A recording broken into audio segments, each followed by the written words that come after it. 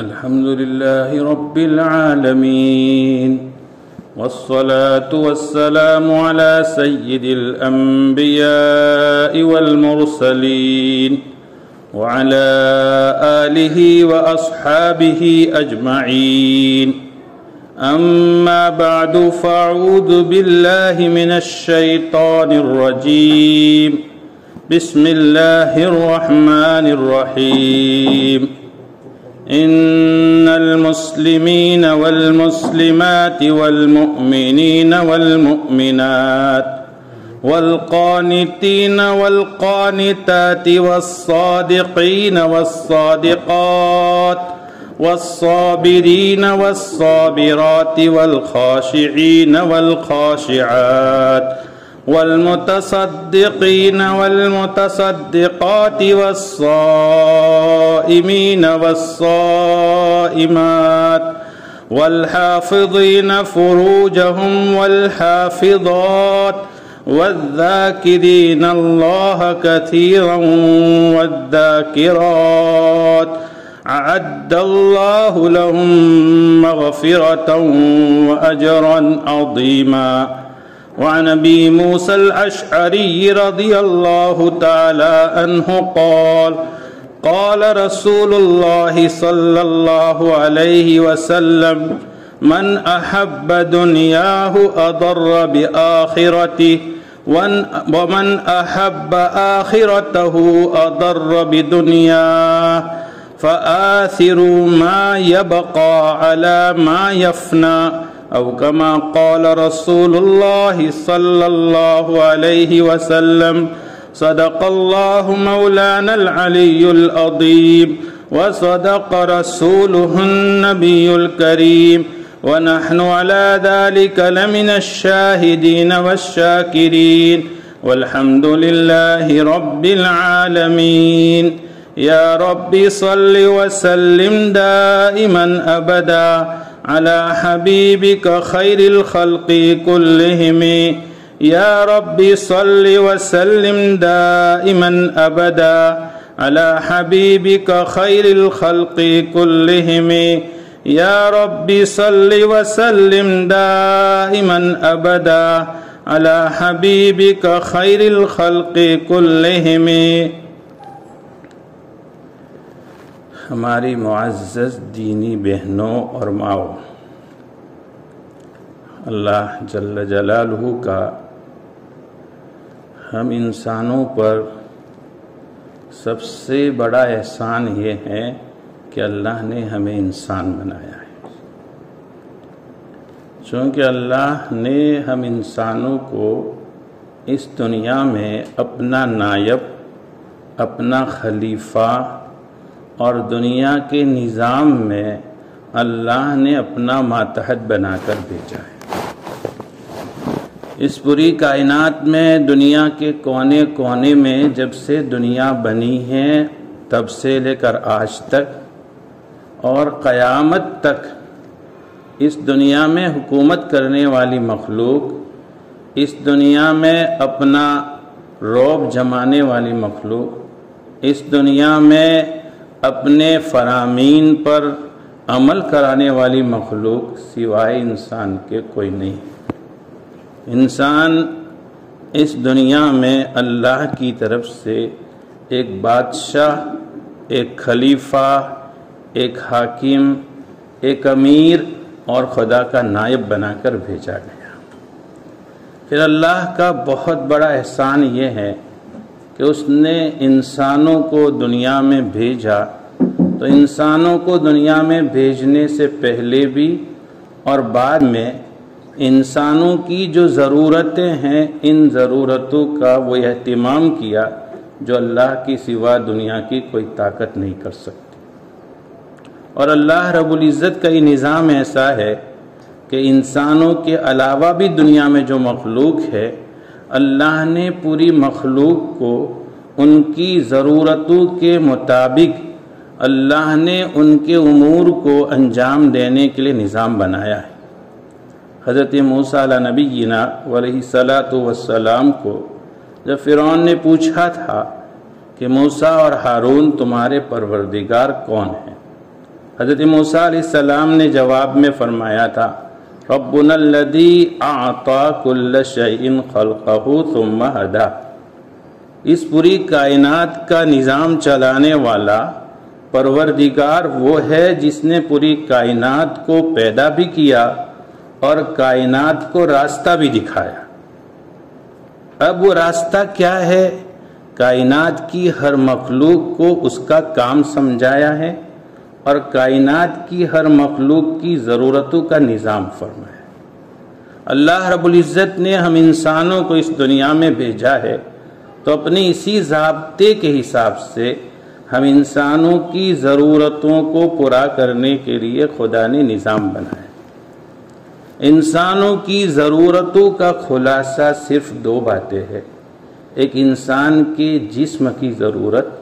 اور ایک انسان کی روح کی ضرورت۔ انسان کی جسم کی ضرورت کھانا، پینا، سونا، جاگنا، چلنا، پھرنا، رونا، ہنسنا، آرام کرنا، آرام کے اسباب اختیار کرنا، نہ گنائیں اتنی ضرورتیں جسمانی ہیں، لیکن روح کی ضرورت صرف اور صرف ایک ہے، اور وہ روح کی ضرورت ہے کہ انسان اپنے خالق کو پہچانے، بس۔ اور جب اپنے خالق کو پہچان لے گا تو اپنے خالق کو مان کر خالق کی مرضی کے مطابق زندگی گزارے گا۔ روح کی ضرورت یہی ہے۔ اگر انسان کی روح کی یہ ضرورت انسان کے پاس نہیں ہے، یعنی وہ اپنے خالق کو نہ جانتا ہے نہ اپنے مالک کو پہچانتا ہے،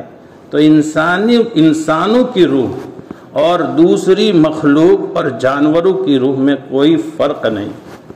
بلکہ انسانوں کی روح جانوروں کی روح سے زیادہ بدتر ہے۔ قرآن کریم میں یہ مضمون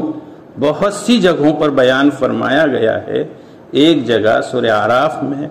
اللہ تعالیٰ نے انسانوں کو جو اللہ کو نہیں جانتے، نہیں مانتے، اللہ کو نہیں پہچانتے، ان کی روح کی یہ ضرورت وہ نہیں پہچانتے، انہیں جانور بلکہ اس سے زیادہ گمراہ اور بدراہ کہا ہے۔ اولئک کالانعام بل ہم اضل، کہ اللہ نے فرمایا جو پروردگار کو نہیں جانتے وہ گمراہ ہیں، وہ جانور ہیں، جانوروں جیسے ہیں، بلکہ ان سے بھی بڑھ کر گمراہ ہیں۔ اور اس کی وجہ یہی ہے، اس سے پہلے وہی مضمون بیان کیا ہے، لہم قلوب لا یعقلون بہا ولہم اعین لا یبصرون بہا ولہم آذان لا یسمعون بہا اولئک کالانعام بل ہم اضل اولئک هم الغافلون۔ اللہ نے یہ فیصلہ سنانے سے پہلے بھی انسانوں کی روح بیدار نہیں ہے، وہ بھی کہی بات، اور فیصلہ سنانے کے بعد بھی کہی کہ ان کے پاس عقلیں تو ہیں لیکن ان عقلوں سے سمجھنے کی صلاحیت ان کے پاس نہیں۔ ان کے پاس آنکھیں تو ہے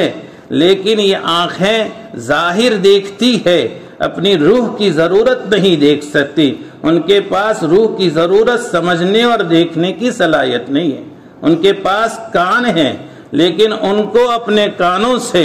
اللہ کی آیات سن کر، پیغمبروں کے پیغامات سن کر اپنی روح کو جاننے کی، سمجھنے کی صلاحیت نہیں ہے۔ تو اولئک کالانعام،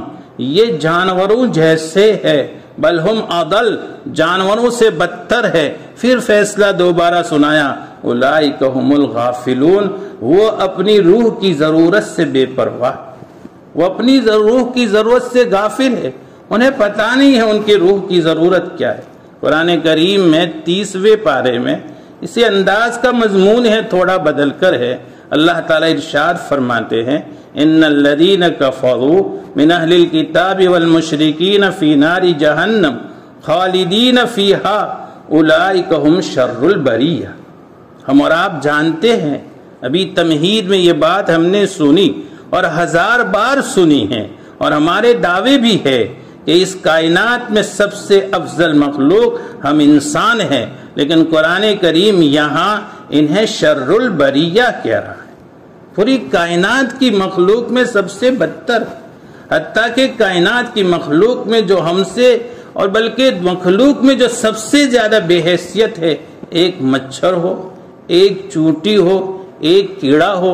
ایک مکوڑا ہو، بارش کے موسم میں بہت سے زیادہ پیدا ہونے والے یہ دوسرے کیڑے ہو، یہ مینڈک ہو، مخلوق میں ہر مخلوق جو بھی دنیا میں ہے ان تمام کے مقابلے میں اللہ اس آیت کریمہ میں انہیں بدترین مخلوق کہہ رہا ہے۔ اس کی بنیاد وجہ یہی ہے،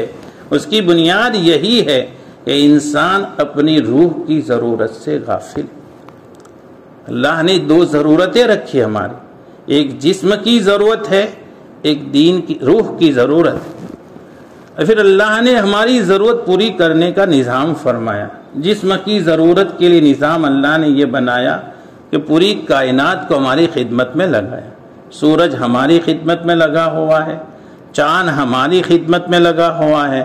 آسمان اور زمین کے سارے نظام ہماری خدمت میں لگے ہوئے ہیں، دنیا کی بڑی بڑی طاقتور مخلوق ہماری خدمت میں لگی ہوئی ہے، اور پیغمبر صلی اللہ علیہ وسلم نے یہ مضمون ہمیں سمجھایا ہے، الدنیا خلقت لکم وانتم خلقتم الاخرہ۔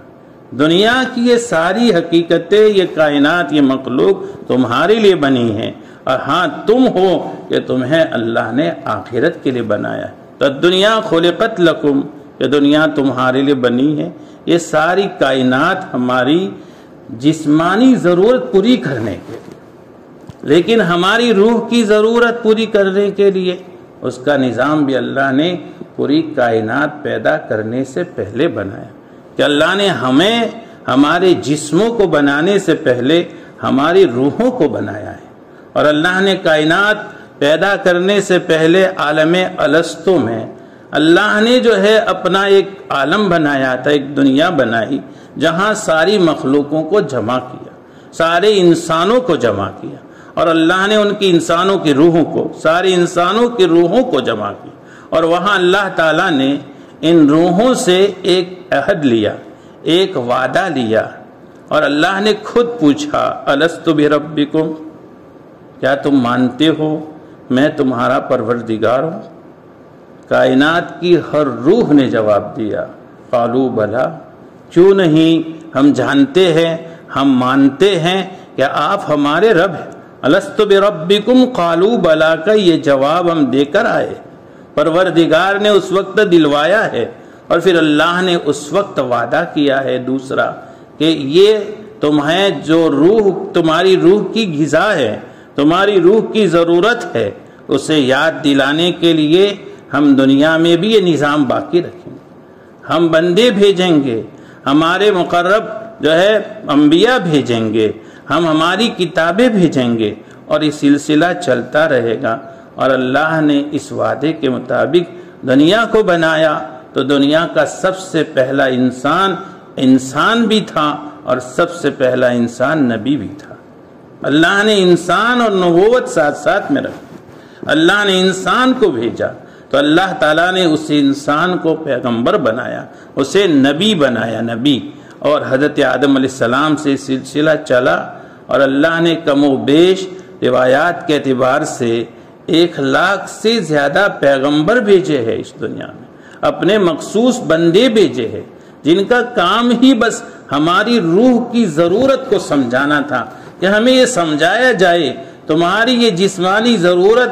جس طرح سے جسم فانی ہے اس اعتبار سے یہ ضرورتیں فانی ہیں، لیکن روح کی جو ضرورت ہے وہ ہمیشہ کے لیے ہے، اور اس دنیا میں بھی یہ ضرورت، اس کی ضرورت ہے، اور آخرت میں بھی اس کی ضرورت ہے۔ جس کی روح زندہ ہے وہ حقیقت میں زندہ ہے، جس کی روح مری ہوئی ہے وہ حقیقت میں مرا ہوا ہے۔ تو اللہ کے ان پیغمبروں نے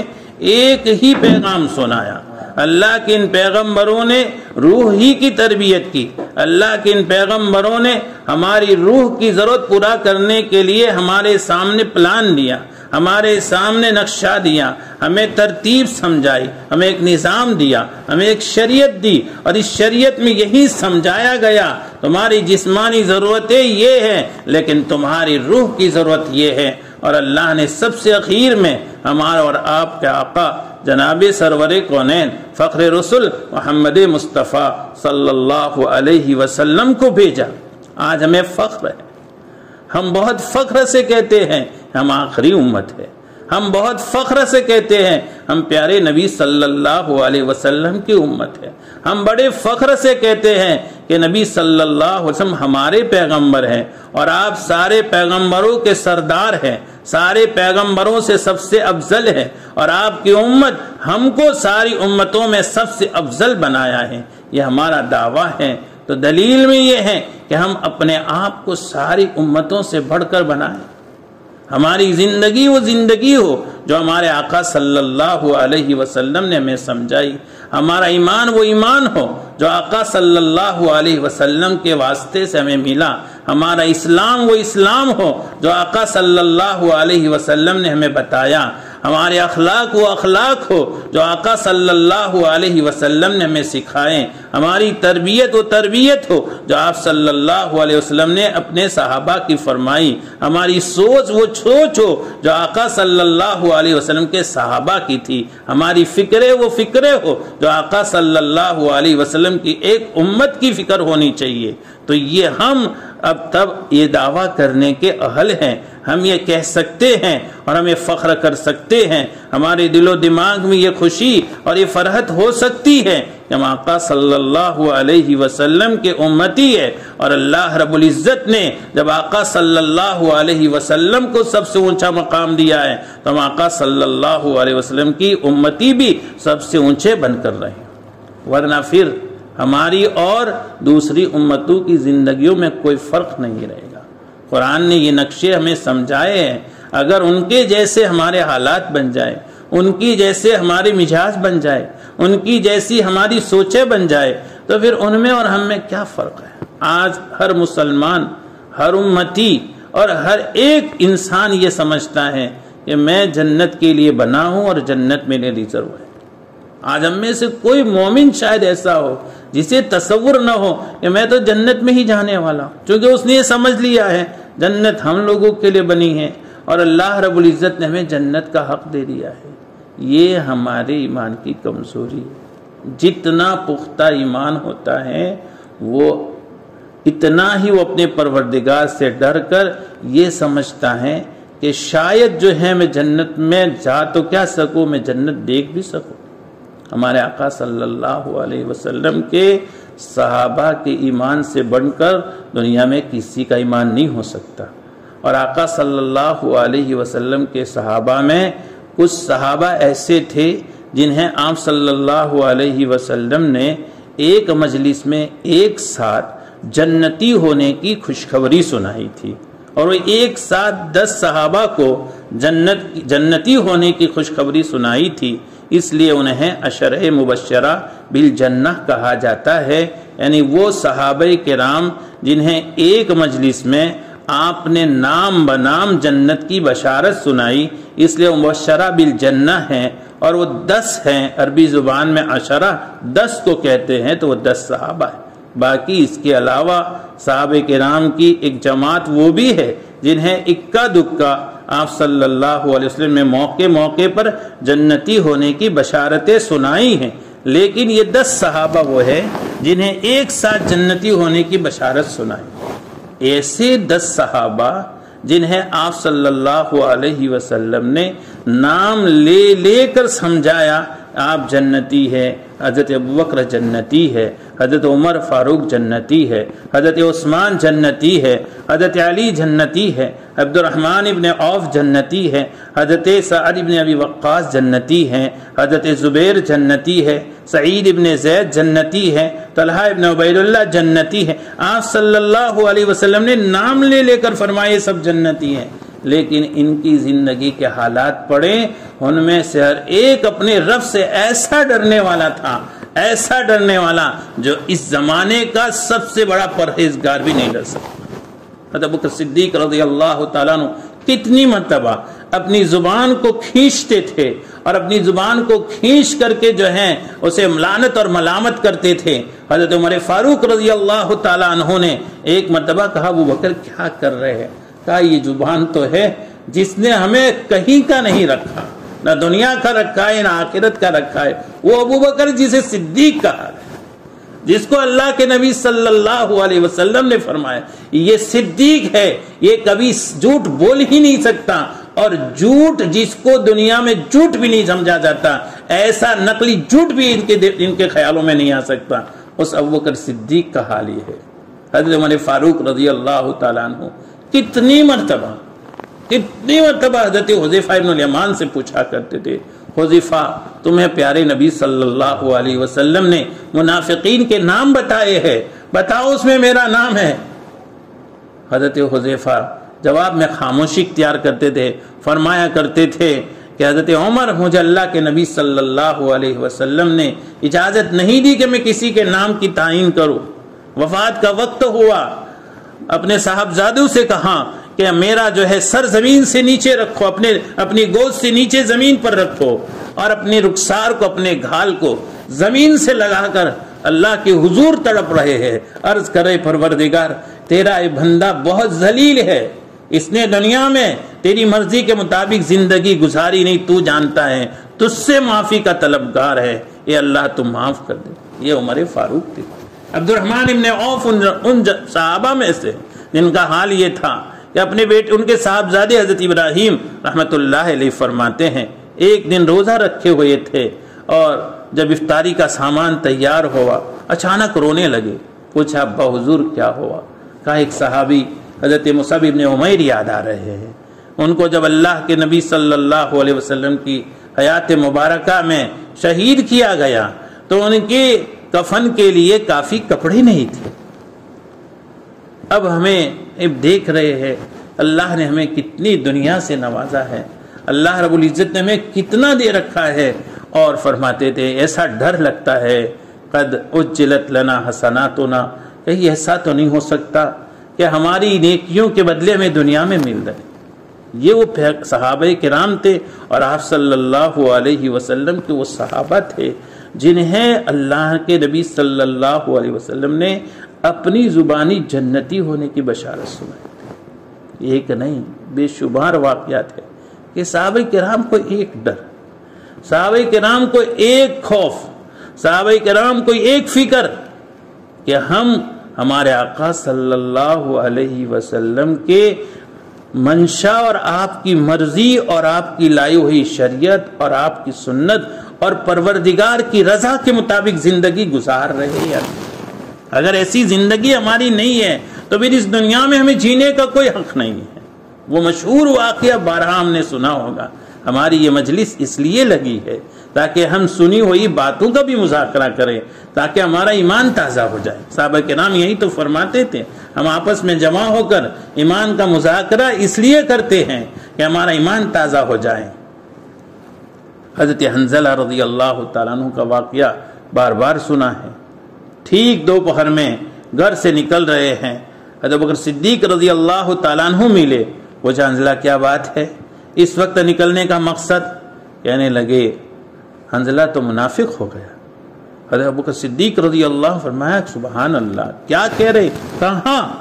حنظلہ تو منافق ہو گیا. کہا کیا بات پیش آئی؟ کہا بات یہ ہے کہ اللہ کے نبی صلی اللہ علیہ وسلم کی مجلس میں رہتے ہیں تو ایسا لگتا ہے جنت نظر آ رہی ہے، جہنم نظر آ رہی، لیکن گھر جاتے ہیں، بچوں سے ملتے ہیں، گھر والوں کے ساتھ مشغول ہوتے ہیں تو یہ منظر اور یہ نظارہ جو ہے ہماری نگاہوں سے اوجھل ہو جاتا ہے. ابو بکر صدیق رضی اللہ تعالیٰ عنہ نے ان کو تسلی دینے سے پہلے خود کہا حنظلہ پھر تو میں بھی منافق ہوں. ابو بکر صدیق فرما رہے. اب ان کے علاج میں صرف یہی بات تھی کہ اللہ کے نبی صلی اللہ علیہ وسلم کے سامنے جا کر اپنا حال رکھتے تھے. یہ دونوں صحابہ بھی آپ صلی اللہ علیہ وسلم کے پاس گئے اور کہا ہم تو منافق ہو گئے. اللہ کے نبی صلی اللہ علیہ وسلم نے پوچھا کیا بات ہے، انہوں نے پوری اپنی بات سنائی. اللہ کے نبی صلی اللہ علیہ وسلم فرمایا حنظلہ اگر یہی حال ہر مسلمان کا اور تمہارا جو وہ میری مجلس میں ہے اگر میری مجلس سے باہر بھی ہو جائے تو پھر تم میں اور فرشتوں میں کیا فرق ہوگا؟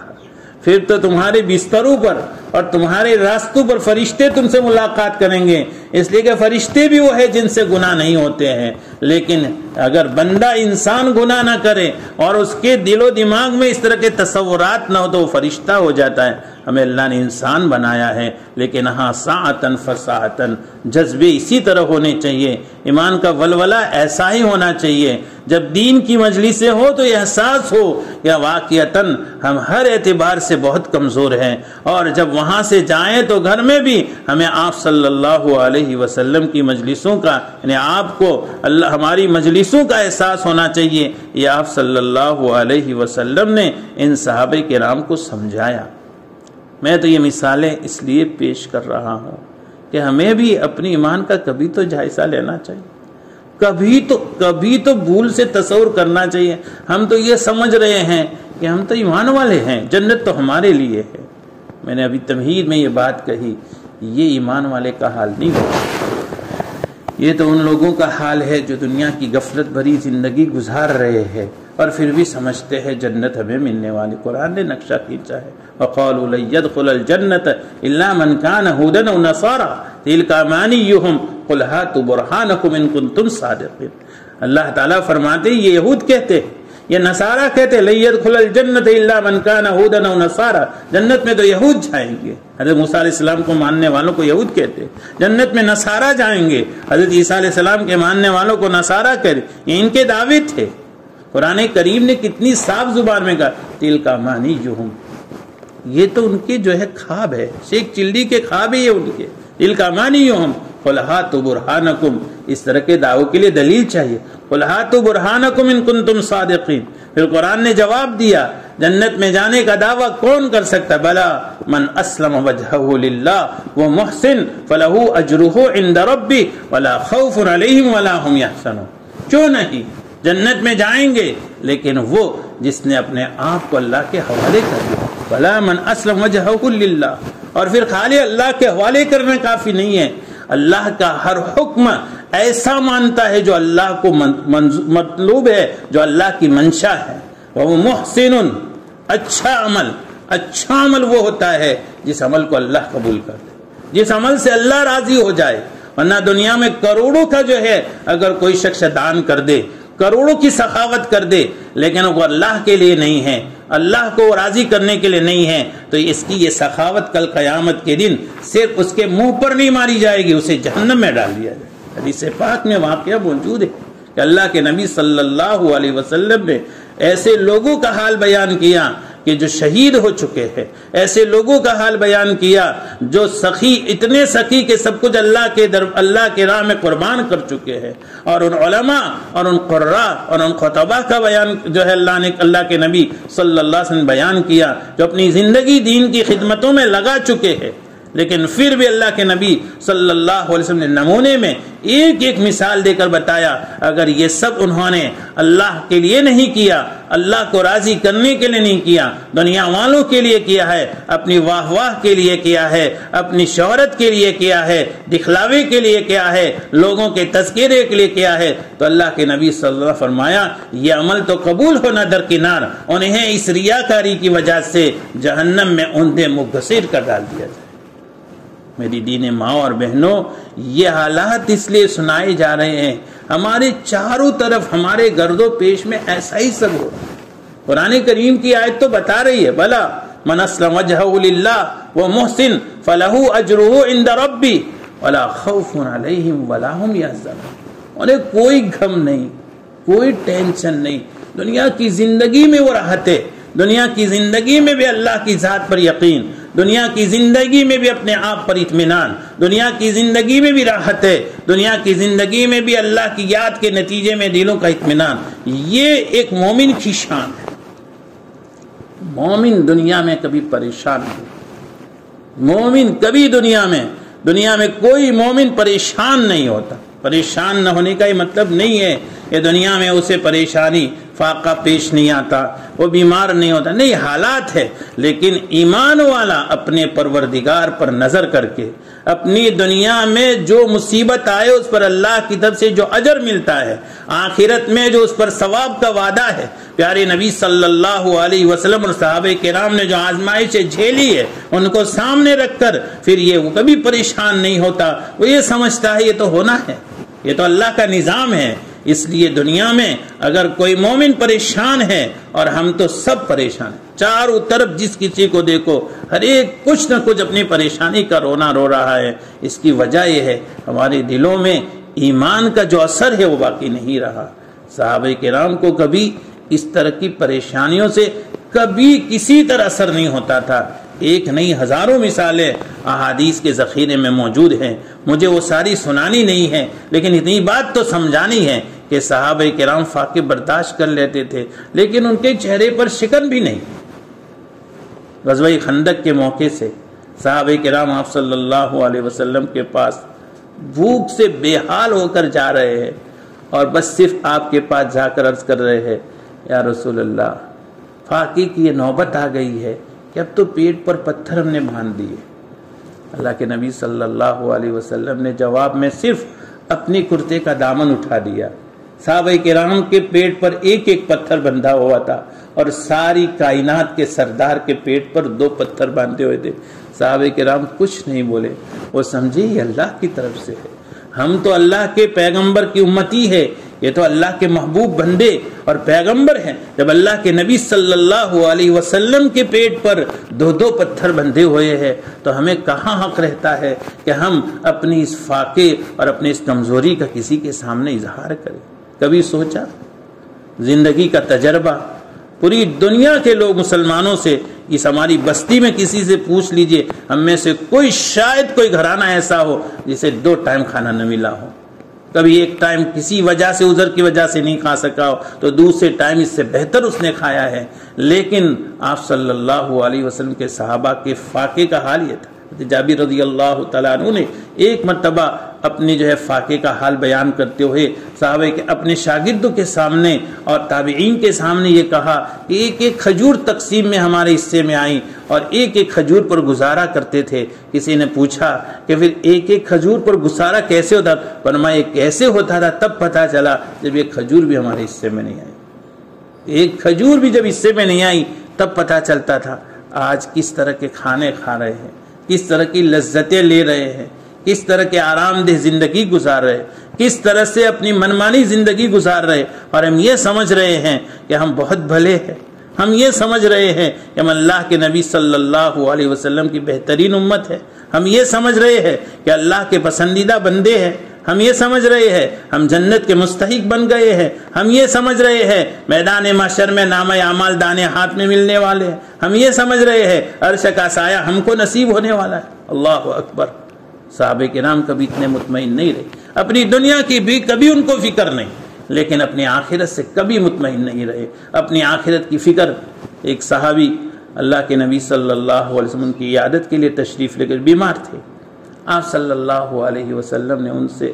جب ان کے پاس تشریف لے گئے تھے دیکھا بیماری کی وجہ سے بہت کمزور، بہت نڈھال ہو گئے ہیں۔ حدیث پاک میں ہے کہ وہ ایک پرندے کے چوزے کی طرح، ایک مرغی کے بچے کی طرح، پرندے کے چوزے کی طرح ہو گئے ہیں۔ تو آپ نے حالت دیکھ کر کے اندازہ کر لیا کہ شاید کوئی بات ہے، تو آپ صلی اللہ علیہ وسلم نے اس صحابی سے پوچھا تم کچھ دعا کرتے ہو؟ کہا ہاں یا رسول اللہ میں ایک دعا اللہ تعالیٰ سے کرتا ہوں۔ پوچھا کیا دعا کر؟ کہ یہ دعا کرتا ہوں کہ اللہ آخرت میں جو سزا تو دینے والا ہے اسی دنیا میں دے۔ آپ نے سبحان اللہ لا تطیقہ ولا تستطیعہ، کیا بات ہے، تم نہ دنیا میں اللہ کی کوئی سزا برداشت کر سکتے ہو اور نہ آخرت میں برداشت کر سکتے ہو، تم یہ دعا کیوں نہیں کرتے ربنا آتنا فی الدنیا حسنہ وفی الآخرۃ حسنہ وقنا عذاب النار؟ آپ نے فرمایا ایک مومن کو یہ دعا کرنی چاہیے، اور چنانچہ انہوں نے دعا کہ اللہ نے انہیں صحت دے دی۔ تو آپ صلی اللہ علیہ وسلم کے صحابی کا یہ حال کہ وہ اس لیے پریشان تھے کہ دنیا میں تو اللہ کا عذاب برداشت کر لیں، آخرت میں برداشت نہیں ہو سکے گا۔ اور ہم ہیں کہ ہماری دنیا کی ہر مصیبت کو بھی کوستے ہیں، یہ ہم ہی پر مصیبت آ رہی تھی، یہ تکلیف ہم ہی کو آنی تھی، ہمارے گھر میں ہی بیماری آنی تھی، ہمارے بچے کو بھی جو ہے پریشانی ہونی تھی۔ عجیب و غریب حال ہے ہمارا۔ حضرت عبداللہ ابن مسعود رضی اللہ تعالیٰ عنہ اللہ کے نبی صلی اللہ علیہ وسلم کے ایک بہت اونچے درجے کے صحابی بیمار ہوئے، ان کے ساتھی ان کی طبیعت پوچھنے کے لیے ان کے گھر گئے تو رونے لگے۔ ان کے ساتھیوں کو بڑا تعجب ہوا، یہ کیسے ہو سکتا ہے، اتنے بڑے اعلیٰ درجے کے صحابی اور رو رہے ہیں۔ ان کے ساتھی یہ سمجھے بیماری کی تکلیف کی وجہ سے رو رہے ہیں۔ ان کے ساتھیوں نے یہ جب محسوس کیا تھا، عبداللہ ابن مسعود رضی اللہ عنہ سمجھ گئے، اور میں بیماری کی وجہ سے نہیں رو رہا، اگر تمہیں تعجب ہو رہا ہے میں بیماری کی وجہ سے نہیں رو رہا ہوں اور میں کیسے رو سکتا ہوں، میرے آقا صلی اللہ علیہ وسلم نے تو فرمایا المرض کفارہ، کہ بیماریاں تو گناہوں کو مٹا دیتی ہے، میں کیسے رو سکتا ہوں۔ تو ساتھیوں نے پوچھا پھر کیوں رو رہے ہیں؟ عجیب جواب ہے، کبھی تو ہم سوچ بھی نہیں سکتے کبھی۔ فرمایا اس لیے رو رہا ہوں کہ میں نے آقا صلی اللہ علیہ وسلم کی حدیث سن رکھی ہے کہ اگر ایک بندہ بیمار ہوتا ہے اور بیماری میں جو اس کے وظیفے اور جو معمولات تھے وہ پورے نہیں ہو پاتے تو اسے اتنا ہی ثواب ملتا ہے جتنا صحت کے زمانے میں وہ عمل اور وظیفے کرتا تھا۔ اور مجھے افسوس اس بات کا ہے کہ میں بڑھاپے میں بیمار ہوا، ویسے بڑھاپے میں بیمار ہونے سے پہلے میرے وظیفے کم ہو گئے تھے، اس لیے اب مجھے کم ثواب ملے گا۔ کاش میں صحت کے زمانے میں، طاقت کے زمانے میں، جوانی کے زمانے میں اگر میں بھی جو ہے بیمار ہوتا تو جوانی کے زمانے میں عبادت زیادہ ہوتی تھی تو پھر مجھے اس بیماری کے زمانے میں زیادہ ثواب ملتا۔ زندگی میں کبھی ہم کیلکولیٹر نہیں کر سکتے، کبھی ایسا نہیں سوچ سکتے۔ ہم تو ایک بیماری ہو تو بھی صبح بیمار ہوئے ہیں اور شام کو اچھا بھی ہو جاوے تو بھی اپنے بوجھ محسوس کرتے، یہ کیسی بیماری، یہ کیسے؟ اگر اللہ نے دعاؤں کا معمول دیا ہے اور دعائیں پڑھتے اور کبھی بیمار ہو جائے، کبھی بیمار تو بھی جو ہے یہ کوستے ہیں کہ ہم دعائیں پڑھتے ہیں پھر بھی ہم کیوں بیمار ہوتے ہیں، ہم یہ دعائیں پڑھتے ہیں پھر بھی مصیبت کیوں آتی ہے، اس دعا کا یہ ثواب، اس دعا کا یہ فائدہ، اس دعا کا یہ فائدہ، حدیث میں یہ فائدہ، یہ فضیلت سنائی ہے۔ میری ماں اور بہنوں، یہ حالات اس لیے ہے کہ ہمیں اپنے ایمان کا صحیح احساس نہیں۔ ہمارا ایمان ظاہر اعتبار سے ہم مومن ہو، ظاہر اعتبار سے ہم اپنے آپ کو مسلمان سمجھے، اندر سے ایمان کھوکھلا ہو چکا ہے، اور جو الفاظ بار بار ہم سنتے ہیں ہمارے ایمان کی حقیقت کا جنازہ نکل چکا، ہمارا معاشرہ تباہ ہو رہا ہے، گن کے کیڑے کی طرح اندر سے جو ہیں ہماری گناہوں نے اور ہماری روح کی بیماریوں نے ہمیں اندر سے اتنا کھوکھلا کر دیا ہے کہ ہم ایک چلنے پھرنے والا جو ہے مردہ لاشا کی طرح زندگی گزار رہے ہیں، اور حقیقت میں یہ ہے کہ ہم صرف دیکھنے میں زندہ ہیں، ہماری روح مر چکی ہے۔ اور کیوں نہ مرے، ہمیں بھول سے بھی اللہ رب العزت کے احکامات یاد نہیں آتے، اللہ رب العزت کی یاد نہیں آتی، اس کے جتنے اللہ رب العزت نے جس شریعت کی جن احکام کے پابند بنائے ہیں ہمارے سامنے جو ہیں بالکل آزادی کے ساتھ ہر طرح سے ان کو چھوڑا جا رہا ہے، ان سے غفلت برتی جا رہی ہے، اور پھر بھی ہم سمجھ رہے ہیں کہ ہم جو ہے پکے مسلمان ہیں، نہیں ہیں۔ ہمارے اندر کی ایمان کے لیے، ہمارے اندر کی جو ہے طاقت کے لیے، ہماری روح کی طاقت کے لیے، روح کی صحت کے لیے ضروری ہے کہ ہمارا معاشرہ بہت پاکیزہ معاشرہ بن جائے، ہم اپنے اندر کو بھی بہتر بنا دیں، ہم اپنے باہر کو بھی بہتر بنا دیں۔ ہمارے اور آپ کی سب سے بڑی ضرورت اس وقت یہ ہے کہ ہم سچے پکے مسلمان بن جائیں، ظاہر میں ہم نام کے جیسے مسلمان ہیں، ہم کام کے مسلمان بن جائیں، صبح سے لے کر شام تک اپنی زندگی کے معمول میں ہمارا ایک سیکنڈ بھی ایسا نہ گزرے جو ہمارے پروردگار کو ناراض کرنے والا ہو۔ ہمارے پروردگار نے ہمیں جو شریعت دی ہے اور پیارے نبی صلی اللہ علیہ وسلم نے جو طریقہ دیا ہے، اس طریقے سے ہٹ کر اور اللہ کے نبی صلی اللہ علیہ وسلم کی شریعت کے خلاف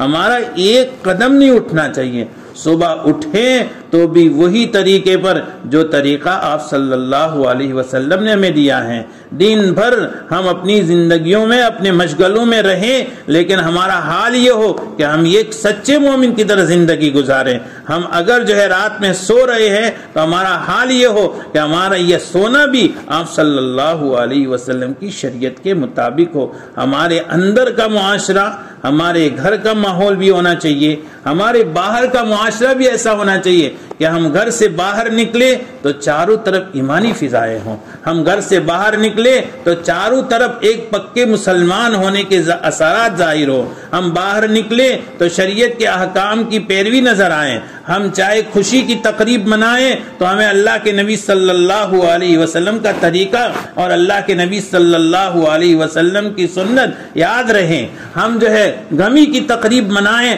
تو اس میں بھی ہمیں آپ صلی اللہ علیہ وسلم نے کس طرح سے زندگی گزاری ہے. غم میں آپے سے باہر ہونے کی شریعت نے کہیں اجازت نہیں دی ہے. آپ صلی اللہ علیہ وسلم کی صاحبزادی حضرت زینب رضی اللہ تعالیٰ عنہ کے بچے کی وفات پر پیغام بھیجا کہ آپ تشریف لائیں، میرے بیٹے کی وفات ہو رہی ہے. آپ صلی اللہ علیہ وسلم نے اس وقت پہلی مرتبہ تو پیغام یہی دیا کہ آپ دعا کریں اور اللہ رب العزت پر یقین رکھیں. اس کے بعد پھر آپ صلی اللہ علیہ وسلم کے بعد دوبارہ پیغام آیا، قسم کھلا کر کہا کہ آپ تشریف لائے. تو آپ وہاں گئے، بچے کو آپ کے اپنے ہاتھ میں اٹھایا اور بچہ جو ہے دم توڑ رہا ہے. آپ کے آنکھوں سے آنسو گرنے لگے. آپ کے ساتھ بہت سارے صحابہ کرام تھے. غالب بن عبد الرحمن ابن عوف رضی اللہ عنہ عرض کیا رسول اللہ یہ آپ کی آنکھوں سے آنسو بہ رہے؟ فرمایا ہاں یہ رحمت،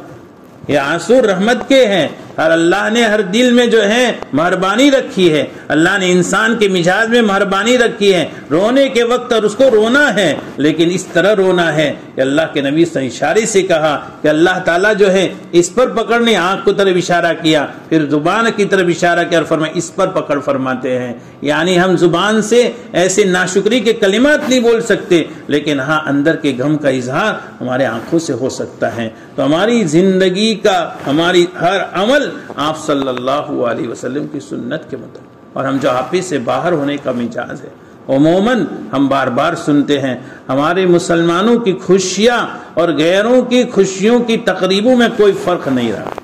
شادیاں دیکھیں، بہت سی مرتبہ تو ایسا حال ہوتا ہے کہ اگر پہلے سے پتہ نہ ہو کہ یہ مسلمان کا گھر ہے اور یہاں آج ایک تقریب ہے، خوشی کی، شادی کا موقع ہے، تو ایسا لگے کہ یہ کسی مسلمان کا گھر نہیں، کسی غیر کا گھر. حالات بے پردگی اتنی عام ہو جاتی ہے اور مردوں اور عورتوں کا اختلاط اتنا عام ہو جاتا ہے. رسم و رواج ایسے نئے نئے بن رہے. ہر روز ہر مرتبہ سنتے ہیں کہ آج ہمارے معاشرے میں ایک نیا طریقہ ایجاد ہوا.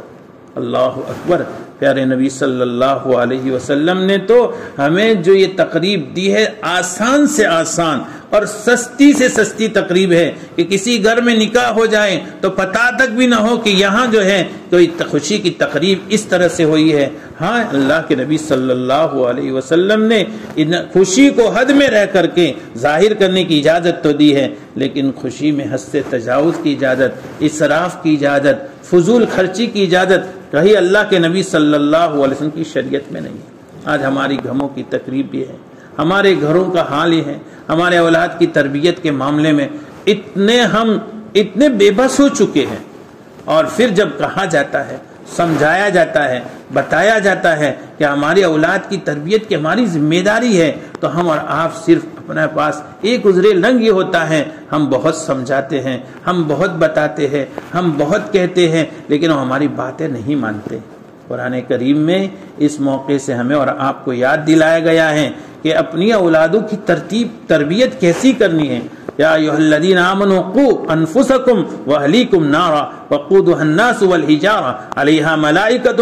غلاظ شداد لا یعصون اللہ ما امرهم ویفعلون ما یؤمرون. پوری آیت کے خلاصے میں بات سمجھائی گئی ہے کہ ہماری اولادوں کو اور اپنے آپ کو جو ہے جہنم کے آگ سے بچاؤ. پھر جہنم کے آگ کا نقشہ کھینچا گیا ہے، اور چونکہ جیسے انسان کو دنیا میں آگ، اگر کسان کے گھر میں آگ لگ جائے اور اگر وہاں آگ میں جلنے کے لیے اور کودنے کے لیے ہماری اولادیں ضد کر رہی ہو، تو کوئی سمجھدار انسان جو ہے صرف اس کو زبان سے سمجھانے پر اکتفا نہیں کرتا، اپنی پوری طاقت اور اپنا زور صرف کر لیتا ہے، ہزاروں سے منت سماجت کرواتا ہے اور کہتا ہے میرے بچوں کو سمجھاؤ، وہ آگ میں کودنے کے لیے تیار ہیں. آج ہماری اولادیں جہنم کی آگ میں کودنے کے لیے بالکل آگ جہنم کے دہانے پر کھڑی ہو گئی، اور ہمارا حال یہ ہے کہ ہم کھڑے کھڑے تماشے دیکھتے.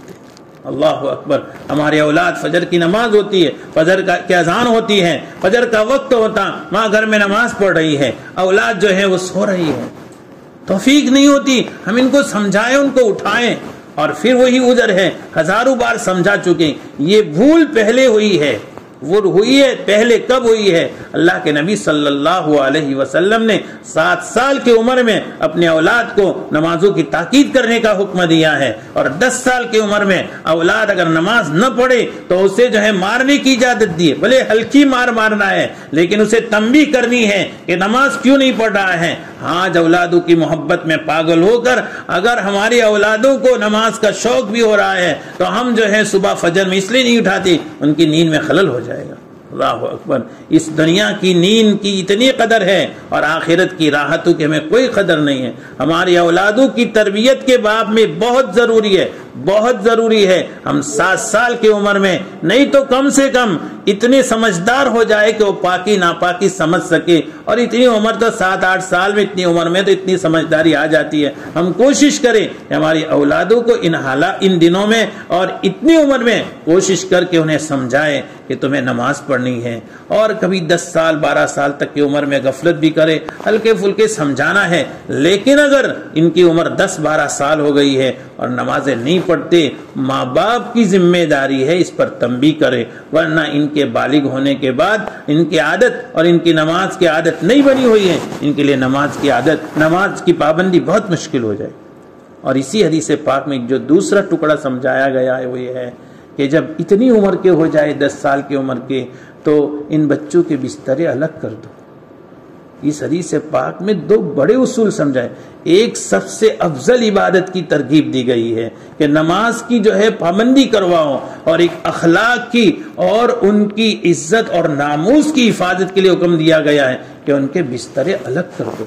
دونوں میں یہی جوڑ ہے کہ بندہ نیکی کرنے کی طاقت تب رکھے گا جب اسے نیکیوں کی عادت ڈلوائی جائے گی، اور وہ نمازوں سے ہوتی ہے۔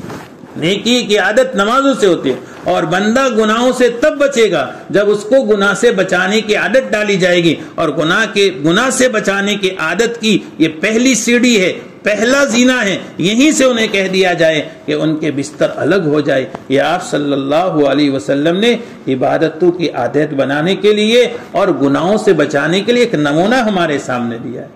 اور پھر بچوں کی تربیت کے لیے ضروری ہے کہ ہم خود نماز کے پابند بنیں۔ قرآن کریم میں حکم ہے وَأْمُرْ أَهْلَكَ بِالصَّلَاةِ وَاسْتَبِرْ عَلَيْهَا، قرآن نے کہا اپنے گھر والوں کو نماز کی تاکید کرو، لیکن ساتھ میں سمجھایا خالی زبانی تاکید سے کچھ نہیں گا، وَاسْتَبِرْ عَلَيْهَا، خود پابندی سے نماز پڑھے۔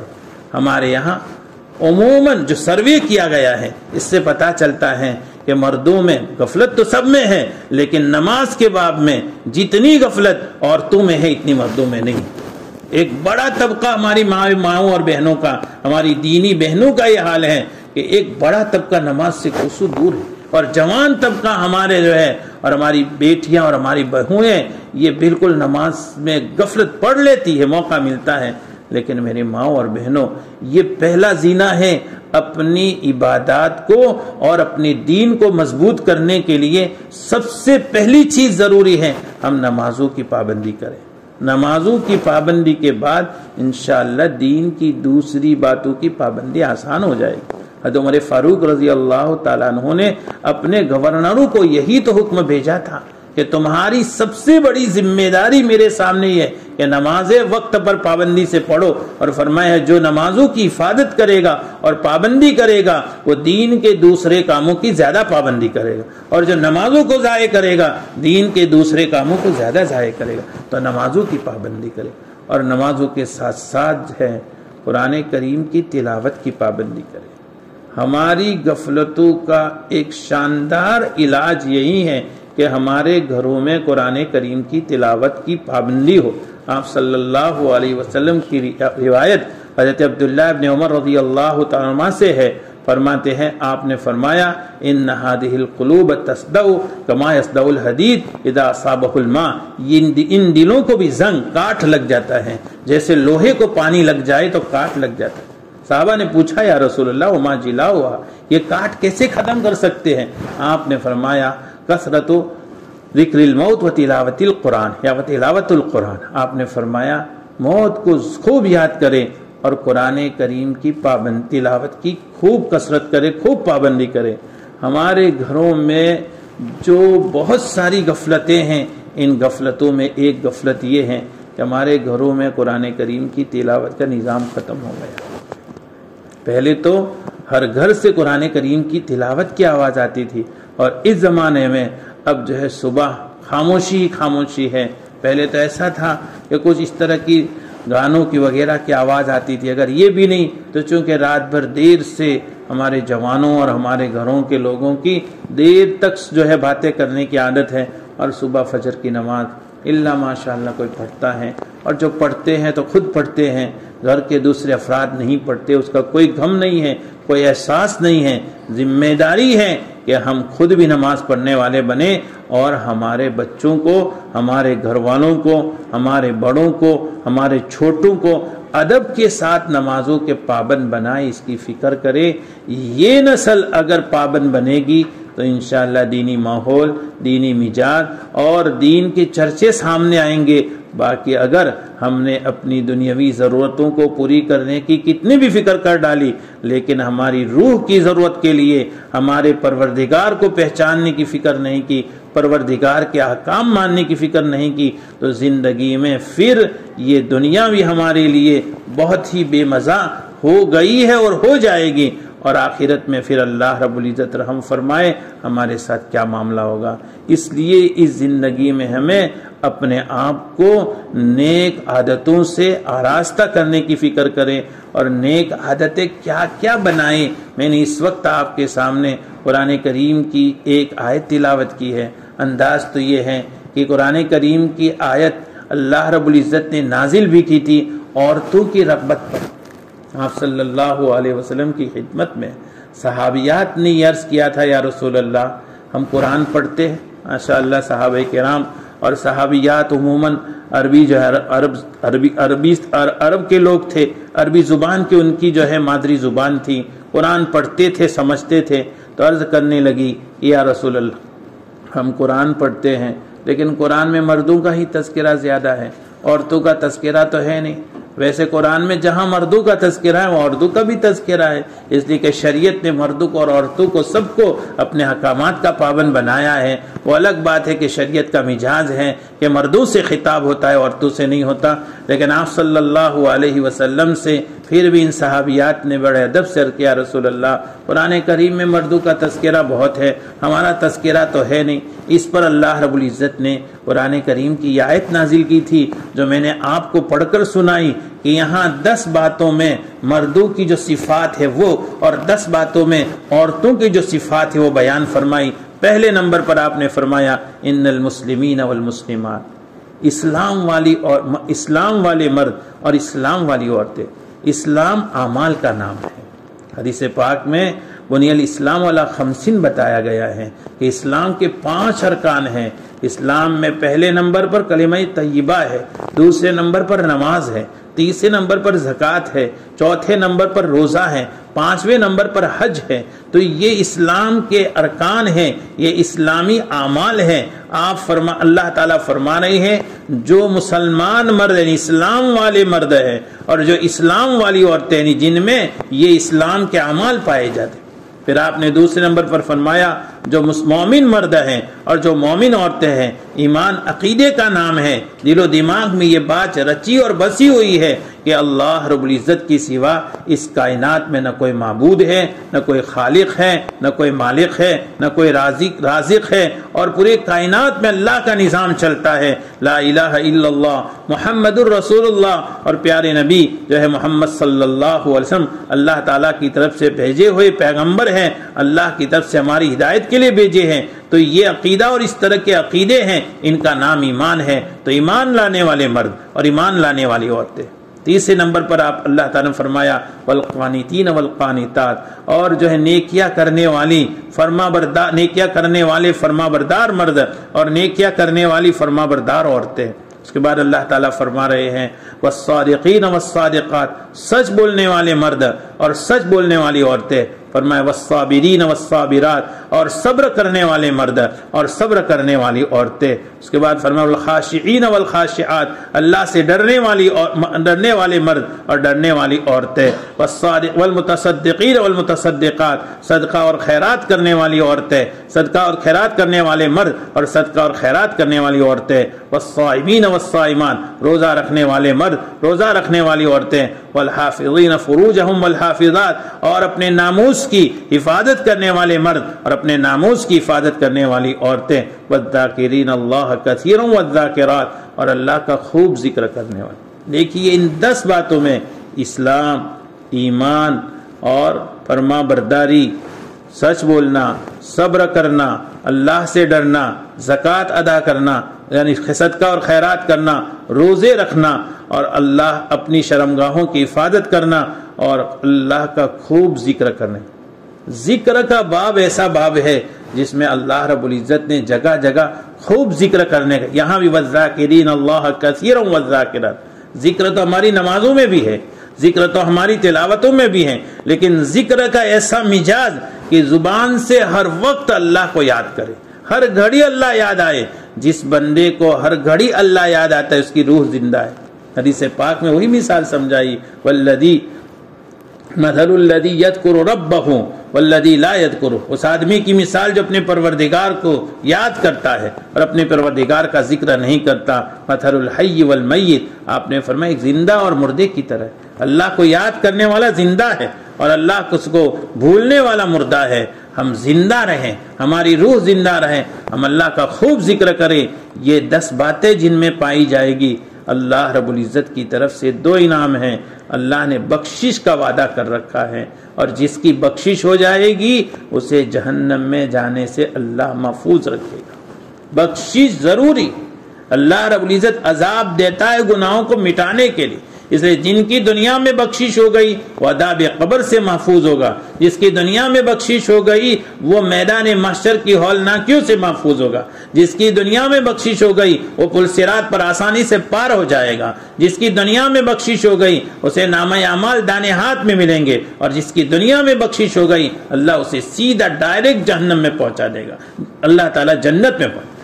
میں پہنچا دے گا. اور دوسرا وعدہ، اور اللہ اجر عظیم عطا فرمائے گا. اجر عظیم کا مطلب اللہ تعالیٰ جنت میں ان کے اعمال کے بدلے میں بہترین نعمتیں دے گا. تو یہ اللہ رب العزت کے وہ بندے اور وہ بندیاں ہیں جن کی 10 اچھی صفاتیں بیان کی ہیں. اللہ رب العزت ہمیں توفیق دے کہ ہم ان صفات کے مطابق اپنے آپ کو آراستہ کریں. ہماری زندگیوں میں اسلام آئے، ہماری زندگیوں میں ایمان آئے، ہماری زندگی میں فرمانبرداری آئے، ہماری زندگی میں سچ آئے، ہماری زندگی میں صبر آئے، ہماری زندگی میں اللہ کا خوف آئے، ہماری زندگی میں صدقات اور خیرات کا مزاج پیدا ہو، ہماری زندگی میں روزے رکھنے کی ہمیں اللہ رب العزت توفیق دے، ہماری زندگی میں اپنے ناموس، اپنی شرمگاہ کی حفاظت کرنے والے بنے، اپنے اخلاق بہتر بنائیں اور اپنی زندگی میں اپنے پروردگار کو خوب یاد کرنے والے بنے اور اپنے پروردگار کو یاد کریں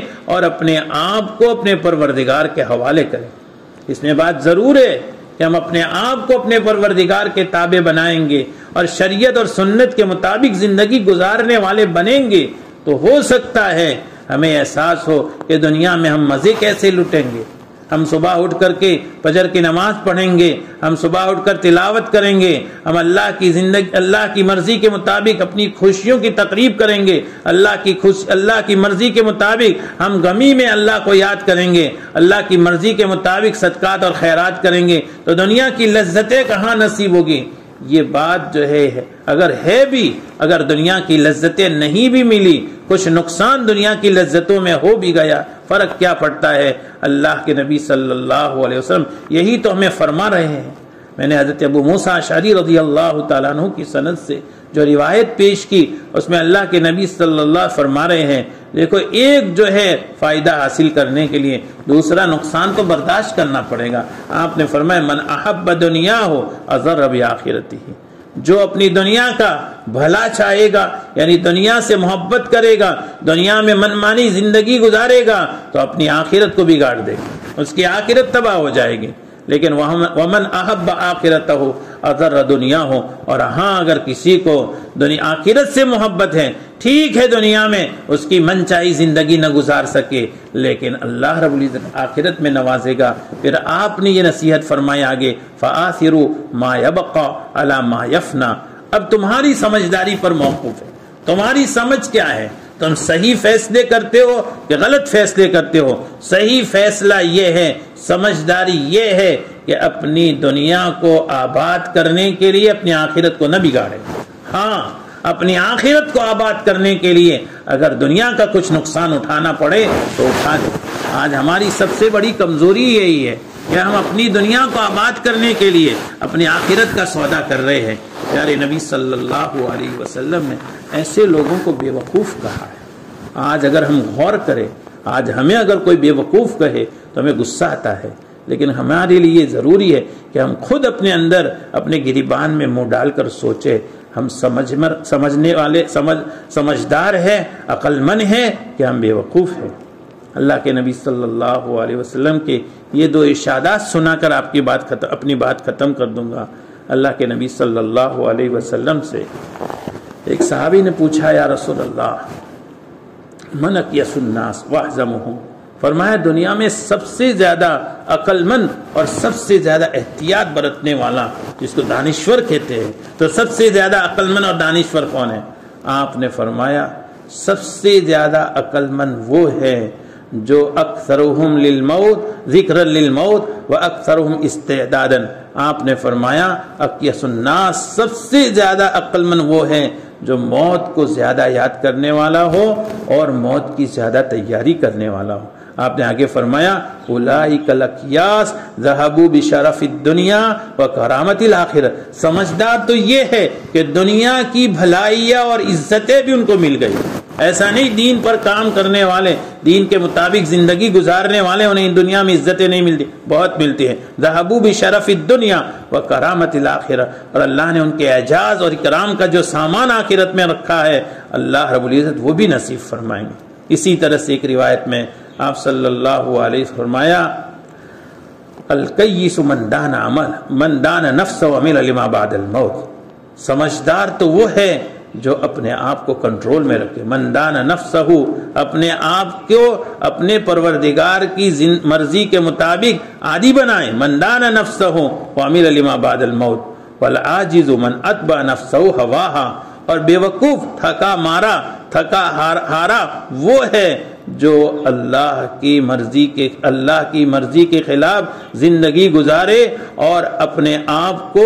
بڑی بڑی تمناؤں میں رکھے۔ والعاجز من اتبع نفسہ ہواہا، اپنے آپ کو اپنی خواہشات کے مطابق کر دیا۔ وتمنى اللہ الامانیہ، اور اللہ سے بڑی بڑی امیدیں رکھتا ہے، مجھے جنت ملے گی، مجھے جنت کی نعمتیں ملے گی۔ یہ بہت بڑی بھول ہے انسان کی۔ اللہ رب العزت نے ہمیں پیارے نبی صلی اللہ علیہ وسلم کی برکت سے، قرآن کی برکت سے ہماری روح کی غذا اور ہماری روح کی جو ضرورت ہمیں سمجھائی ہے، اللہ ہمیں سمجھنے کی توفیق عطا فرمائے۔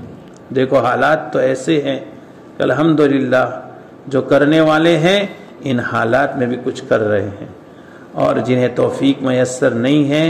ان کو کتنی باتیں سمجھائی جائے، کتنی نصیحتیں کی جائے، وقتی طور پر کچھ اثر بھی لے، لیکن وہی اپنی منمانی زندگی گزار رہے ہیں۔ اس لیے ہمارے لیے ایک بہترین ہتھیار وہ ہے کہ ہم اللہ سے اپنی ہدایت مانگیں،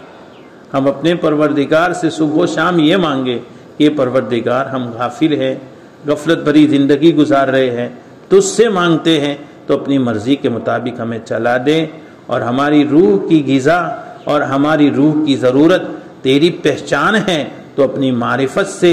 اپنی محبت سے ہمیں نواز دے۔ اللہ تعالیٰ ان کہی ہوئی باتوں پر ہم سب کو عمل کرنے کی توفیق عطا فرمائے، اور ہمارا آج کا جمع ہونا اللہ رب العزت قبول فرمائے، اور اللہ رب العزت یہ جو ہم نے دین کی مجلس لگائی ہے اس کو ہمارے حق میں دنیا اور آخرت کے لیے ذخیرہ بنائے، اور اللہ تعالیٰ اس مجلس کے لیے جتنے فکر کرنے والے احباب ہیں اللہ ان تمام کو اور ہم تمام کو دنیا اور آخرت میں اس کا بہترین بدلہ عطا فرمائے۔ بس درود شریف پڑھ لے، دعا کر لیتے ہیں۔ لا الہ الا اللہ وحدہ لا شریک لہ لہ الملک ولہ الحمد یحیی ویمیت بیدہ الخیر وہو علی کل شیء قدیر اللہم صل علی سیدنا محمد وعلی آل سیدنا محمد کما صلیت علی سیدنا ابراہیم وعلی آل سیدنا ابراہیم انکا حمید مجید اللہم بارک علی سیدنا محمد وعلی آل سیدنا محمد کما بارکت علی سیدنا ابراہیم وعلی آل سیدنا ابراہیم انکا حمید مجید ربنا ظلمنا انفسنا وإن لم تغفر لنا وترحمنا لنكونن من الخاسرين ربنا آتنا في الدنيا حسنة وفي الآخرة حسنة وقنا عذاب النار ربنا آتنا في الدنيا حسنة وفي الآخرة حسنة وقنا عذاب النار ربنا آتنا في الدنيا حسنة وفی الآخرۃ حسنہ وقنا عذاب النار۔ اے اللہ ہم گنہ گار ہے، خطا کار ہے، قصوروار ہیں،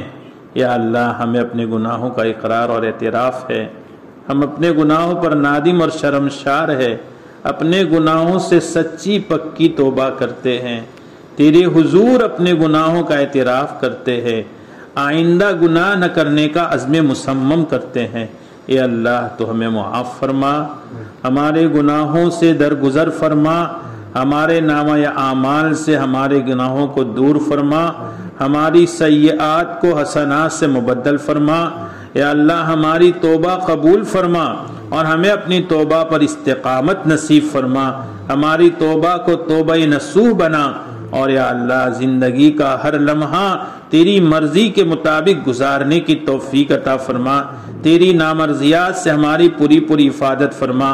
عبادات اور طاعات کی رغبت اور توفیق نصیب فرما، معاصی اور گناہوں سے نفرت اور حفاظت نصیب فرما۔ یہ مولا تو نے اپنی شریعت کا ہمیں مکلف بنایا ہے، پیارے نبی صلی اللہ علیہ وسلم کی سنتوں کا ہمیں یا اللہ مکلف بنایا ہے، پیارے نبی صلی اللہ علیہ وسلم کی لائی ہوئی شریعت اور آپ صلی اللہ علیہ وسلم کی سنت کی پیروی کرنے کی ہمیں توفیق عطا فرما۔ یا اللہ ہماری زندگی کے یہ دن اور ہماری زندگی کی گھڑیاں اور ہماری زندگی کی یا اللہ ساعتیں لمحات بس یا اللہ غفلتوں میں گزر رہی، ہمیں اس کا احساس نہیں ہے۔ تو نے ہمیں دین دیا ہے، ایمان دیا ہے، پیارے نبی صلی اللہ علیہ وسلم کے ساتھ امتی ہونے کی نسبت عطا فرمائی ہے، کہ مولا ہم ہیں زندگی غفلتوں میں گزار رہے ہیں، اور ہمارا حال یہ ہے صبح سے شام تک اور شام سے صبح تک منمانی زندگی گزار رہے ہیں۔ یہ مولا کریم ہم اپنے بس میں نہیں رہے، تجھ سے مانگتے ہیں اللہ، تو ہماری پیشانی کے بال پکڑ پکڑ کر ہمیں یا اللہ تیری مرضیات پر زیادہ سے زیادہ چلا دے، اور تیری نامرضیات سے ہماری پوری حفاظت فرما دے، طاعات اور عبادات کی رغبت اور توفیق نصیب فرما دے، معاصی اور گناہوں سے نفرت اور حفاظت نصیب فرما دے، پیارے نبی صلی اللہ علیہ وسلم کے دین پر عمل پیرا ہونے کی توفیق عطا فرما دے۔ یا اللہ تیری محبت، تیری معرفت نصیب فرما دے، تیرا خوف نصیب فرما دے، تیری عظمت نصیب فرما دے، پیارے نبی صلی اللہ علیہ وسلم سے سچی محبت، سچا عشق نصیب فرما دے، اور آپ صلی اللہ علیہ وسلم کی سنتوں کو ہماری زندگی کے ہر مرحلے میں اپنانے کی توفیق عطا فرما دے۔ ہماری صبح اور ہماری شام اس حال میں ہو کہ تو ہم سے راضی ہو اور ہم تجھ سے راضی ہو، تیرے دین پر ہم چلنے والے ہو، گناہوں سے ہم بچنے والے ہو، جو ذمہ داریاں ہمیں دی گئی ہے ان ذمہ داریوں کو ادا کرنے والے ہو، ہم اپنی آخرت کو یاد کرنے والے ہو، اپنی موت کو یاد کرنے والے ہو، ہم آخرت سے غافل نہ ہو، ہم قبر کی زندگی سے غافل نہ ہو، ہم میدان محشر کی زندگی ہولناکی سے غافل نہ ہو، پل صراط پر پار ہونا ہے اس سے غافل نہ ہو، نامہ اعمال کی تقسیم سے غافل نہ ہو۔ مولا کریم ہمیں ہر آن اپنی اس دنیا سے زیادہ اپنی آخرت کا استحضار نصیب فرما دے، اپنی آخرت کا استحضار نصیب فرما دے۔ مولا دنیا کے جھمیلوں میں مست ہو کر، دنیا کے ان نقشوں میں کھو کر، دنیا کے الجھنوں میں الجھ کر، یا اللہ ہم تجھے بھول چکے ہیں، یہ مولا ہم تجھے بھول چکے ہیں، اور نتیجہ یہ ہے تجھے بھولنے کی وجہ سے دنیا کی یہ حالات یا اللہ ہماری زندگیوں میں آ گئے ہیں۔ پریشان حال ہے، ہماری زندگیاں بے چینی کا شکار ہو گئی ہے، ہماری زندگیوں سے سکون ختم ہو گیا ہے، محبتیں ختم ہو گئی ہے، اتحاد اور اتفاق ختم ہو گیا ہے، احترام ختم ہو گیا ہے، چھوٹوں پر شفقتیں ختم ہو گئی ہیں، پڑوسیوں کی رعایتیں ختم ہو گئی ہیں۔ یا اللہ جتنے احکامات کا تو نے ہمیں پابند بنایا تھا، ہماری زندگی ان احکامات کے خلاف گزر رہی ہے، اور مولا اس کی سزا ہم دنیا میں نقد بھگت رہے ہیں۔ یا اللہ ہمیں چین نہیں ہے، سکون نہیں ہے، یہ مولا تجھ سے مانگتے ہیں، ہم کمزور ہو چکے ہیں، تو ہمیں طاقت عطا فرما دے، تو ہمیں طاقت عطا فرما دے، تو ہمیں طاقت عطا فرما دے۔ یقیناً جسمانی طور پر ہم کتنے طاقتور کیوں نہ ہو، ہماری اندر کی روح کمزور ہو چکی ہے، ہماری روحانیت کمزور ہو چکی ہے، نتیجتاً ایسے گناہوں میں مبتلا ہے کہ گناہ ہوتے ہوئے بھی ہم آج ان کو گناہ سمجھنے کے لیے تیار نہیں، ہمیں ان گناہوں کا احساس نہیں ہے۔ ہمارے معاشرے میں کتنے گناہ پم گئے ہیں، کتنے گناہ پھیل رہے ہیں، کتنے گناہ یا اللہ ایسے ہو گئے ہیں کہ سر سے اونچا ہو گیا ہے، لیکن مولا ہمیں احساس نہیں،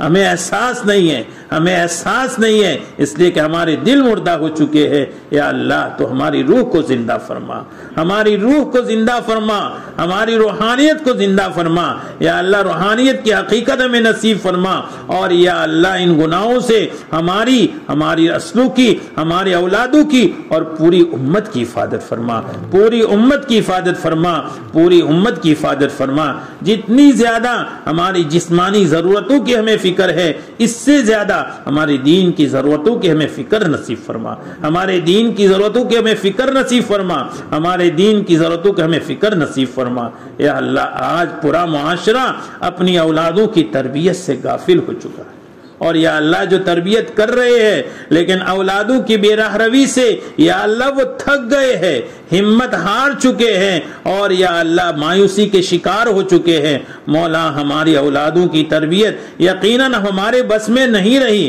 پورا مسلم معاشرہ اور یا اللہ مسلم معاشرے کے جوان بچے اور جوان بچیاں یا اللہ قابو سے باہر ہو گئی ہے۔ یا اللہ ان کی تربیت بہت مشکل ہو گئی ہے، اپنی شان ربوبیت سے ان کی تربیت فرما کر پورے مسلم معاشرے کی حفاظت فرما دے، پورے مسلم معاشرے کی حفاظت فرما دے، پورے مسلم معاشرے کی حفاظت فرما دے، ہمارے جوان بچوں کی، ہمارے جوان بچوں کی حفاظت فرما دے، اور مولا ہمارے اولادوں کو ہمارے آنکھوں کا نور بنا دے، ہمارے دلوں کا سرور بنا دے، ہماری تمناؤں سے بڑھ کر بنا دے، عفت و عصمت کے زیور سے آراستہ فرما دے، اعمال صالحہ اخلاق فاضلہ نصیب فرما دے، اعمال سیئہ اخلاق رذیلہ سے پوری حفاظت فرما دے، دین کے داعی غازی اور مجاہد بنا دے، قوم و ملت کے مخلص خادم اور سپاہی بنا دے، تیری دین کی پوری زندگی میں تیرے دین کی خدمت کرنے کی توفیق عطا فرما دے، دین کی خدمت کرتے کرتے مرنے کی